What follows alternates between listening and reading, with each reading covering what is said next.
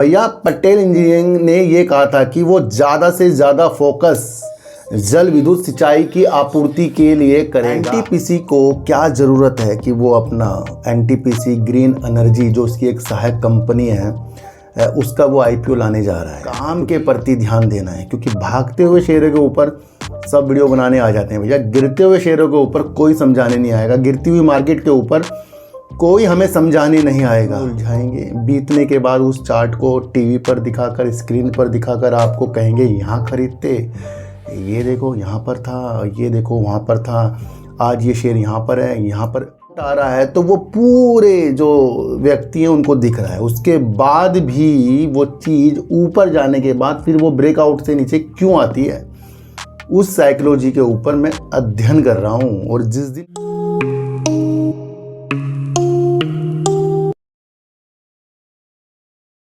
मैं स्वागत करता हूं आपका अपने ही चैनल पर जिसका नाम है सार्थक बाजार से।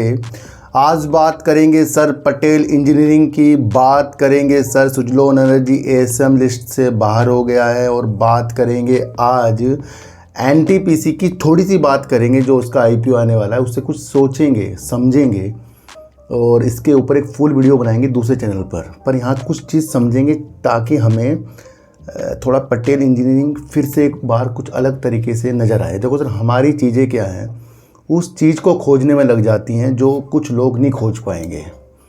कुछ लोग हमें चार्ट में उलझाएंगे, बीतने के बाद उस चार्ट को टीवी पर दिखाकर, स्क्रीन पर दिखाकर आपको कहेंगे यहाँ खरीदते, ये देखो यहाँ पर था, ये देखो वहाँ पर था, आज ये शेयर यहाँ पर है, यहाँ पर अपॉर्चुनिटी बन रही थी, यहाँ पर सेल करना था। वो तब होता है जब वो सारी चीज़ें हो जाती हैं, वो चार्ट में दिख जाता है। तो सर उदाहरण के लिए कुछ थोड़ी बहुत चीज़ें बताऊं कि अगर जब तक कि मैं खुद चार्ट पर विश्वास उसकी हर एक चीज़ों को नहीं समझूंगा तब तक के वो मैं आपको बिल्कुल भी नहीं बता सकता। मैं उस पर वर्क कर रहा हूं, पर मैं उसकी चीज़ों को अलग ढंग से समझ रहा हूं कि अगर किसी चीज़ के अंदर RSI किसी ने देखी या ब्रेकआउट किसी ने देखा, कुछ भी चीज़ ऐसी जो आपको लॉस और प्रॉफिट दे सकती है वो आपने चार्ट में देख लिया, तो उसके बाद भी स्टॉप लॉस क्यों हिट होते हैं? जब ब्रेकआउट आ रहा है तो वो पूरे जो व्यक्ति हैं उनको दिख रहा है, उसके बाद भी वो चीज़ ऊपर जाने के बाद फिर वो ब्रेकआउट से नीचे क्यों आती है, उस साइकोलॉजी के ऊपर मैं अध्ययन कर रहा हूँ। और जिस दिन ये अध्ययन हमारा पूरा सही तरीके से होगा तो ये भी आपकी चीज़ों के अनुसार मैं आपको बताऊँगा। इसलिए बाज़ार के अंदर जितने भी शेयर हमारी नज़रों में हैं और अगर वो तेज़ी के संकेतों में है, उसके ऊपर तेज़ी वाली वीडियो बन रही है, तो आपको उस पर विशेष ध्यान ना देकर उसके काम के प्रति ध्यान देना है। क्योंकि भागते हुए शेयरों के ऊपर सब वीडियो बनाने आ जाते हैं भैया। गिरते हुए शेयरों के ऊपर कोई समझाने नहीं आएगा, गिरती हुई मार्केट के ऊपर कोई हमें समझाने नहीं आएगा, समझ रहे हो? तो चार्ट को कुछ इस भांति से मैं समझ रहा हूँ, एक ना CCTV जो कैमरे होते हैं उनके भांति हम चीज़ें समझते हैं। जब कुछ हादसे अचानक से हो जाते हैं और अगर वहाँ पर हमारा कैमरा लग रहा होता है तो हम उस चीज़ के अंदर उसको देखते हैं, उसको समझते हैं कि कहाँ हमारे से गलती होगी, कहाँ से वो चोर आया था या कुछ चीज़ें हुई हैं, तो हम उसे दोबारा रिकॉर्डिंग को देखते हैं। ऐसी जब मेरी एक्टिवा खोई थी तो हम तो ऐसे ही रख देते थे बाहर, अब वो हमारे CCTV कैमरे में आ गया। अब हम समझ गए उससे कि भैया अब एक्टिवा हमें बाहर नहीं रखनी है, अब हमें अंदर ही रखनी है। अगर बाहर रखनी है तो हमें भी बाहर होना चाहिए, हमने सीख लिया। चार्ट भी वही चीज़ है। जब आप लाइव उस चीज़ को खोज नहीं पाते, कुछ लोग लाइव चीज़ें करते हैं पर वो भी इतनी सक्सेस नहीं होती, वहाँ पर भी स्टॉप लॉस हिट हो जाता है, पर उसका अध्ययन हो जाता है। करते करते करते आप पीछे के चार्ट को जब देखते हैं, वहाँ से समझते हैं, तब जाकर आपको अपनी गलतियाँ समझ में आती, उस गलतियों को दोबारा नहीं दोहरा सकते हैं। CCTV कैमरे में भी ये होता है। पर ध्यान रखना, जहाँ पर लाइव CCTV कैमरे चलते हैं, जैसे मंदिर हो गए, स्टेशंस हो गए, वहाँ पर भी एक इस तरीके के व्यक्ति बैठे रहते हैं जो उसको मॉनिटर देखते रहते हैं कि कहाँ कोई चोर तो नहीं है। वो बनना है आपको। एक तो ये होता है कि बराबर स्क्रीन में बैठना, कहाँ से कोई चोर आ रहा है, कोई रेलवे स्टेशन के पास कोई अज्ञात व्यक्ति मिल रहा है, किसने बैग रख दिया, इसके लिए टीम होती है। तो जब कुछ चीज़ को हम लाइव पकड़ते हैं तो उसका हमें बारीकी से अध्ययन करना पड़ता है, और कभी कभी वो चीज़ हमारे हाथ से निकल जाती है तो फिर उसको रिकॉर्डिंग देखनी पड़ती है। इसलिए सीसीटीवी कैमरे और चार्ट मुझे एक जैसे लगते हैं, इसलिए अध्ययन ज़्यादा कीजिए। अगर कोई व्यक्ति आपको चीज़ें होने के बाद वो चार्ट में समझा रहा है और कह रहा है कि यहाँ पर, तो भैया लाइव करके दिखा दे वो आपको, है ना। तो ये सारी चीज़ें जो होती हैं, कुछ चीज़ें भ्रमित करती हैं, कुछ लोग हमें भ्रमित कर देते हैं। तो अगर आपको गलती पकड़ी गई है तो वो आप उस चीज़ को देख, लेकिन बीते हुए चार्ट से आप इन्वेस्टमेंट की चीज़ें भी समझ सकते हैं कि भैया क्या रेट था, किस तरीके से क्या चीज़ें था, वो इन्वेस्टमेंट में यूज हो जाती है। चीज़ों को जब जब हम समझना शुरू करेंगे तब तब हम अच्छे होते जाएंगे। तो ये एक ऐसी चीज़ है जो आपको समझ कर चलनी पड़ेगी। काफ़ी लोग मुझे कहते हैं सर इसके ऊपर वीडियो बनाओ, उसके ऊपर वीडियो। देखो सर, मैं आपको एक चीज़ बताऊं, काफ़ी दिनों से तो मैं तबीयत भी ख़राब थी मेरी कुछ है, और अभी मैं अपने एक पेपर वर्क चीज़ों के साथ लग रहा हूँ, कुछ काम है मेरे और मेडिसिन का भी काम है। इसलिए जब भी मैं आपके लिए कोई वीडियो बनाऊँगा तो उसका मुझे अध्ययन करना पड़ेगा अलग अलग तरीक़ों से। पर जो मेरी चीज़ें रूटीन में है उसकी चीज़ें मुझे खोजने के लिए सही तरीके से हो जाती है। तो इसलिए जो भी लोग नाराज़ मत हों मेरे से, बिल्कुल भी। मैं उनकी वीडियो इसमें या दूसरे चैनल पर ज़रूर बनाऊंगा, इसलिए मेरे पे थोड़ा सा समय मुझे आपको और देना पड़ेगा ताकि मेरा ये चीज़ों वाला काम कुछ हो नहीं जाए। मैंने आपको बताया था, तो नाराज़ नहीं आपको होना है। तो चार्ट का अध्ययन करना बहुत अच्छा है, पर उसकी बारीकियाँ, उसकी साइकोलॉजी आपको समझकर चलनी पड़ेगी। देखो सर, एनटीपीसी को क्या ज़रूरत है कि वो अपना एनटीपीसी ग्रीन एनर्जी जो उसकी एक सहायक कंपनी है, उसका वो आईपीओ लाने जा रहा है। क्योंकि एनटीपीसी को अक्षय ऊर्जा के अंदर 2032 तक करीब 60 गीगावाट का लक्ष्य हासिल करने की चीज़ें उसको देखनी है कि भैया वो अक्षय ऊर्जा से, रिन्यूएबल एनर्जी से 8 गीगावाट की क्षमता जोड़ेगा, चाहे वो पवन से हो, जल से हो, या फिर आपका ज़्यादा से ज़्यादा सोलर से हो। इस नाते वो अपनी चीज़ों को ग्रीन एनर्जी की एक कंपनी लिस्ट करके डालेगा और उसका आपको आईपीओ देखने को आगे मिलेगा। जब जब इस तरीके की कंपनी, जैसे एनटीपीसी एक देश की बड़ी थर्मल पावर वाली कंपनी है, जो पावर की सबसे बड़ी कंपनी है इंडिया की, वो एक ऐसा सपना देख रही है भैया आगे जाकर कोयला राजा रहे या ना रहे। अभी तो फिलहाल कोयला क्या है, कई दशकों से कोयला जो है राजा है, और कोयला जलाकर आसानी तौर पर टरबाइन को घुमाकर बिजली बनाई जा सकती है। तो ये सदियों से चलता आ रहा है, पर कई देश इसके आगे आ रहे हैं और कहीं ना कहीं वो रिन्यूएबल एनर्जी में शिफ्ट होना चाह रहे हैं, और हमारा देश भी उस लक्ष्य को पकड़ना चाह रहा है। इसलिए ये जो बड़ी बड़ी कंपनियां, ऑयल कंपनियां होगी, एनटीपीसी होगी, एसजेवीएन होगी, वो अपने आईपीओ लाकर हमें ये दर्शा रहे हैं कि भैया कहीं ना कहीं अगर हमने रिन्यूएबल एनर्जी की तरफ अपने कदम नहीं रखे तो हम बर्बाद हो जाएंगे, है ना। तो वो एक मेथड है, इसके बारे में आपको मैं फिर कभी समझाऊंगा। आज मैंने ग्रीन एनर्जी की बात इसलिए की है क्योंकि अगर ये 60 गीगावाट की क्षमता 2032 तक करेगा और 500 गीगावाट की क्षमता हमारे देश की है, तो वो कहीं ना कहीं उसमें भी ये कंपनी जो सरकारी है योगदान देगा। इसलिए आईपीओ ला रहा है। अब ये किस चीज़ से, सोलर, पवन या फिर अपना जल विद्युत। अब जल विद्युत भी सर रिन्यूएबल एनर्जी की तरफ ही आता है, ये भी आप समझ लेना। तो मुझे एक चीज़ देखने को मिली है कि पटेल इंजीनियरिंग, जिसे हम कहते हैं कि भैया विजय केडिया ने जैसे ही हाथ लगाया ये तो भैया हीरा बन गया। वाकई कंपनी हीरा बन गई, और कंपनी की चीज़ें आज हम एनटीपीसी के आईपीओ के थ्रू समझ रहेंगे, क्योंकि वो रिन्यूएबल एनर्जी की तरफ ला रही है। भैया पटेल इंजीनियरिंग ने ये कहा था कि वो ज़्यादा से ज़्यादा फोकस जल विद्युत सिंचाई की आपूर्ति के लिए करेगा। अब जल विद्युत की चीज़ों के लिए वर्क करेगा। तो यहाँ पर हमें एक चीज़ समझनी है कि देश के अंदर ये जल विद्युत की चीज़ों को निष्पादन करने के लिए 45% तक की चीज़ों को पूरा करता है। तो यहाँ पर ये इसका ज़्यादा फोकस जो हो गया जल विद्युत की तरफ हो गया पटेल इंजीनियरिंग का। अगर हम देखें तो सर कंपनी जो है सिंचाई हो गया, जल विद्युत हो गया, जल की आपूर्ति हो गया, बड़े बड़े इंफ्रास्ट्रक्चर वाली इंजीनियरिंग वाली वर्क हो गया, पुल हो गए, बांध हो गए, सुरंगें हो गई, इस तरीके की भारी भारी ये वर्क करता है। और ज़्यादा फोकस कंपनी जो चीज़ों के साथ दिखा रही है वो दिखा रही है जल विद्युत की तरफ। क्वार्टर 1 यानी 2024 में क्वार्टर 1 के अंदर अगर इसने अपने राजस्व में कुछ इकट्ठा किया तो वो ज़्यादा से ज़्यादा देखने को मिला था जल विद्युत। और राजस्व में जल विद्युत की हिस्सेदारी इसकी 55% तक की थी। यहाँ से भी एक अनुमान लगाना चाहिए कि अगर इसका 100% का पोर्टफोलियो है तो 55% से यानी 50% मान लो, तो ये जल विद्युत की तरफ अपना फोकस करने की तरफ है। और जब ये जल विद्युत को फोकस करने की तरफ है तो वो भी ग्रीन एनर्जी की तरफ आता है। और मैंने भी एनटीपीसी को आपको समझाया, भैया एनटीपीसी मैं आपको बताऊं इसका ही कस्टमर है, एनएचपीसी इसका ही कस्टमर है, एसजेवीएन इसका ही कस्टमर है, एनएचएआई जो सड़क बनाती है वो भी इसका कस्टमर है, क्योंकि ये सड़क पर भी वर्क करता है।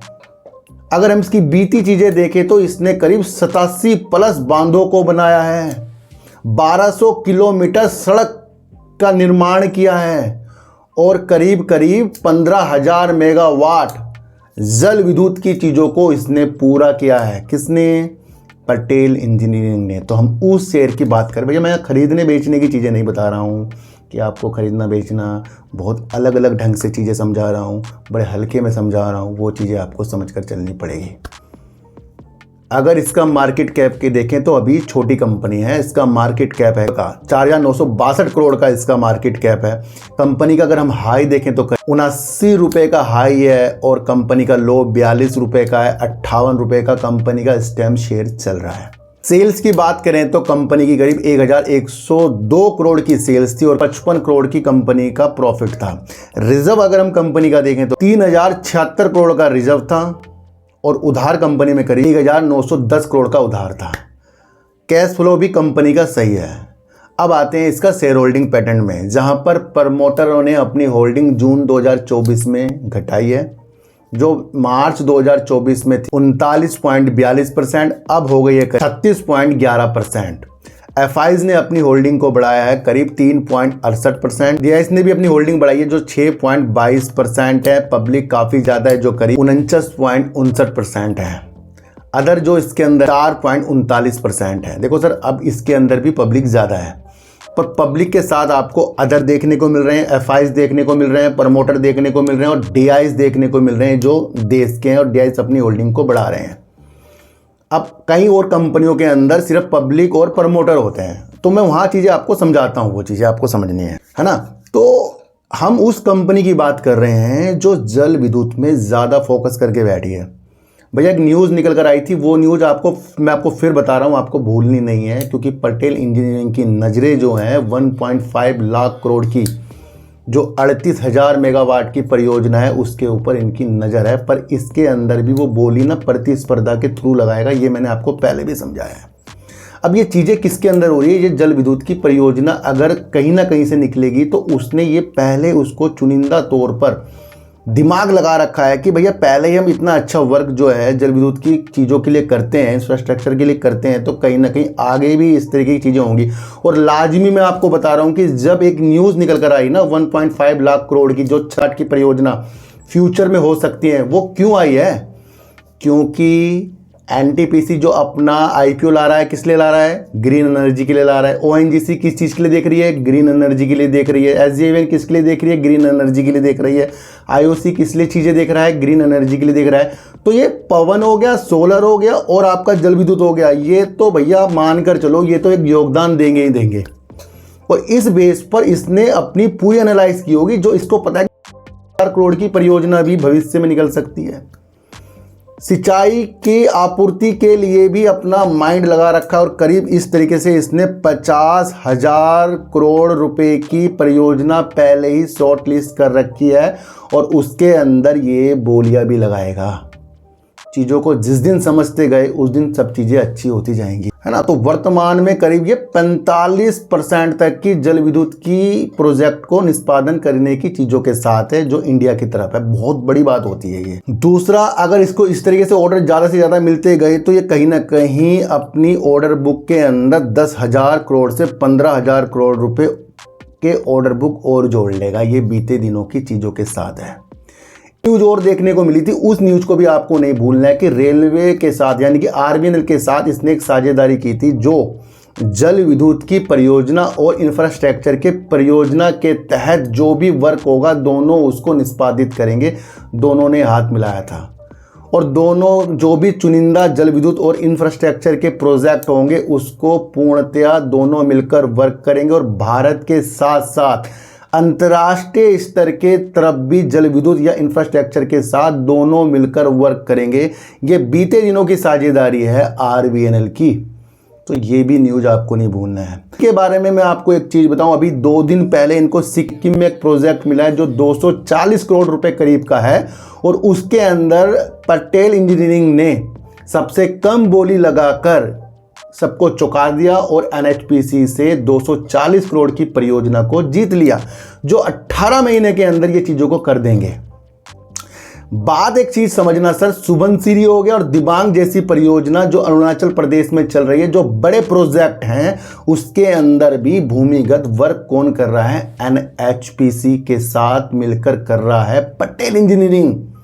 तो पटेल इंजीनियरिंग पहले इतनी बड़ी बड़ी परियोजना के ऊपर वर्क कर रहा है जो 2000 मेगावाट की है, 2880 मेगावाट की, और अच्छा खासा रेवेन्यू वहां से उसको मिलेगा, मतलब पैसा मिलेगा।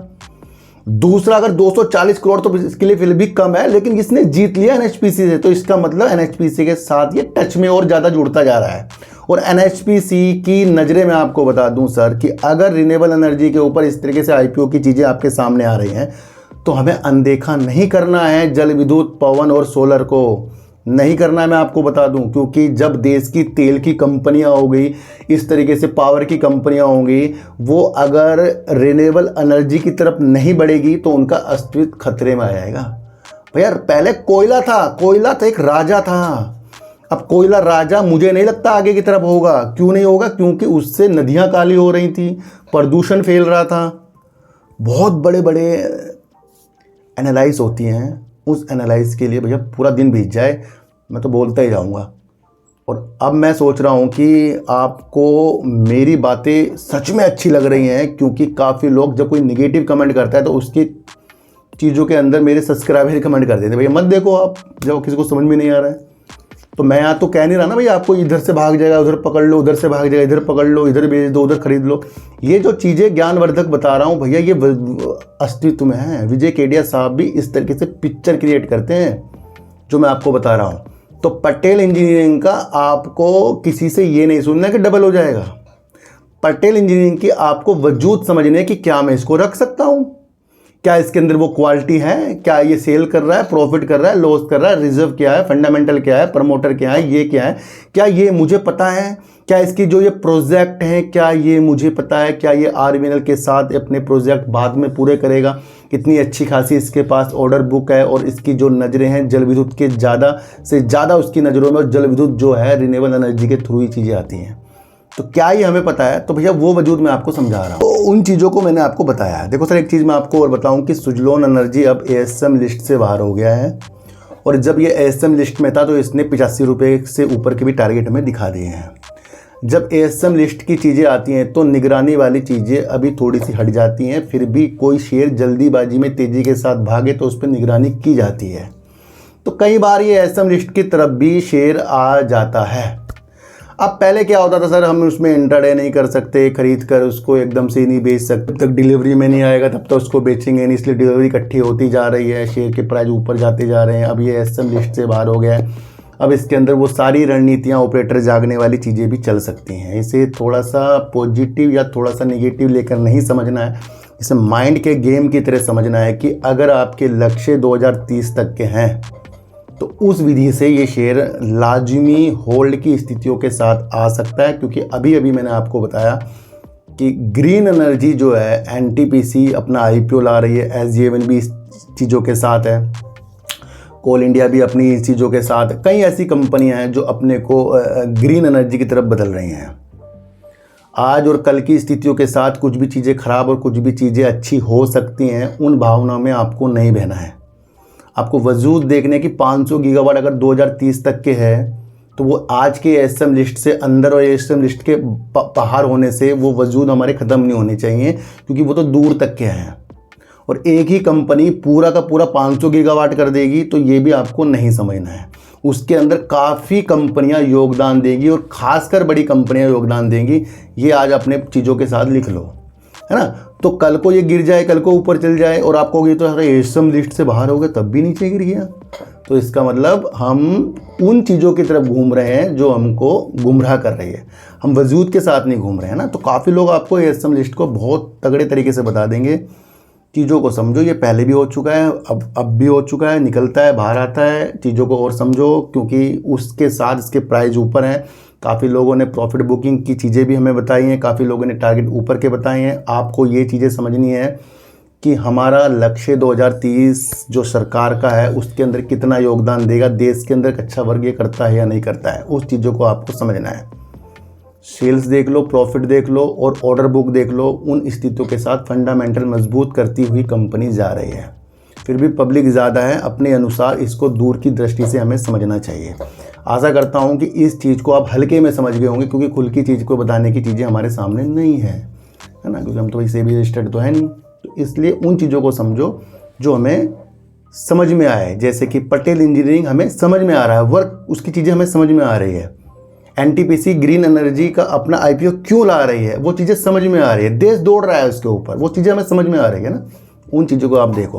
तो सर आज मैंने जिसके ऊपर भी वीडियो बनाई है, कृपया मैं आपको बता दूं, खरीदने बेचने की चीज़ों के साथ नहीं बताई है, अंदर की चीज़ें बताई हैं जो आपको अलग अलग तरीक़ों से समझ में आएगी। वो चीज़ें आपको समझकर आगे बढ़ना है। दूसरा, सुजलोन एनर्जी एसएम लिस्ट से बाहर हो गया, इसके लिए गुड न्यूज़ है, पर आपके लक्ष्य दूर के होने चाहिए। तो सर सच्ची वीडियो देखिए, अच्छी वीडियो देखिए, समझ कर देखिए, किसी की भी बातों में आपको आना नहीं है, चाहे मैं क्यों ना हूँ। अपनी एनालाइज को इतना तेज कर लो कि कोई भी आपको हाथ पकड़कर शेयर और खरीदवा और बिकवा बिल्कुल भी ना सही। अपनी एनालाइज को सबसे तेज करना है आपको। तो सर चीटी को आटा दीजिए, गाय को रोटी दीजिए और अपने बच्चों को ज़्यादा से ज़्यादा प्यार कीजिए, क्योंकि बच्चे ही आपकी मासूमियत से किस्मत पलटेंगे। तो फिर मिलेंगे आपसे नई वीडियो के साथ, जब तक के लिए नमस्कार।